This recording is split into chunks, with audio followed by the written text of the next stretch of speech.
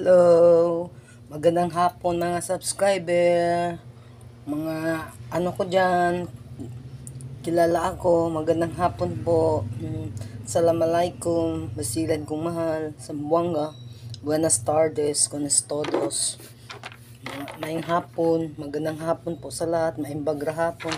Ito nga po pala ang nakuha ko ngayong araw na to, mga buto po ito, ito po.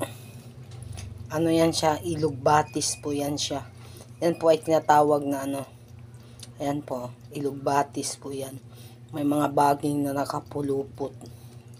Tsaka ito po, buto ng langka. Bago kong kuha. At tsaka ito, buto po siya. Hindi ko lang po alam kung anong klaseng buto. Maliit eh. Hindi naman po yan, pwede langka. Ayan po. Ito, ang ganda niya.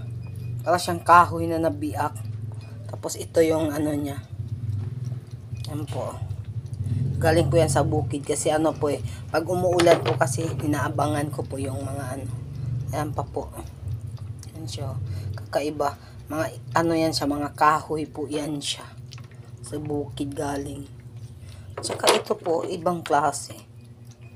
May tumutubo siya. Yan po.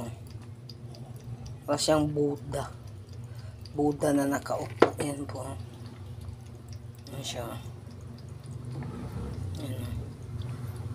Tumubo po. Ito pa oh, ilog batis. May mga ano po siya. Mga kahoy-kahoy po yan siya. Kahoy siya na ano.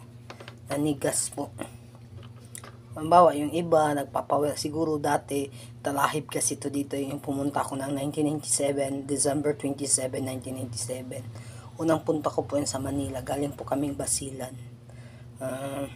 Pumunta po kami kay Inang sa lola ko, mama ni Papang,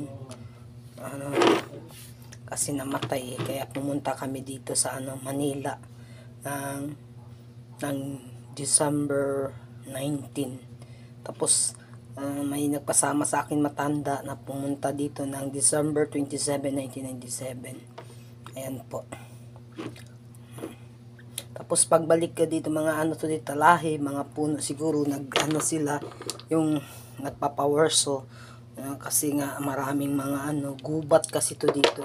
Ito yung pinakamataas na gubat sa mundo.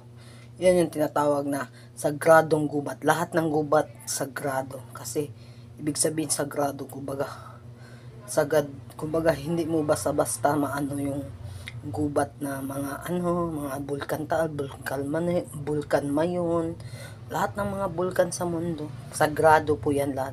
Kasi noong unang panahon, may mga sinaunang panahon na ano yan sila, binabaunan nila ng mga dasal, ng mga ano, kaya nga maraming ano, yung iba, yung mga may alam, may ano sila, Asian treasure, may mga ano tinatawag nilang ano minahan kasi nga yun nga yung mga ano sagrado, kumbaga dasal, kumbaga ano binabaon nila doon, may mga kuweba yan, mga bundok po yan, bulubundukin po. Ngayon dito pinatag lang to dito, kapatagan, kaya naging ano siya, mga bahay-bahay na, pero dati tubig talaga to dito, tubig talahib na bundok, pinakamataas na bundok to, ang Loma de Gato. Kaya siya tinatawag na Loma de Gato, Marilao, Bulacan. Kasi lahat ng mga sikreto dito, kaya tinatawag ng harmony. There is like a harmony, hope, peace, and joy, happiness, like all, like divine mercy, the divine.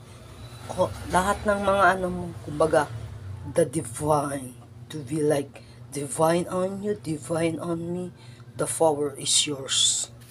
Parang ganun yun eh. Maraming salamat po sa lahat. Huwag kalimutan mag-subscribe, mag-comment at mag-like. Pindutin yung bell. Maraming salamat. Magsukulkatan in Basilan. Assalamualaikum.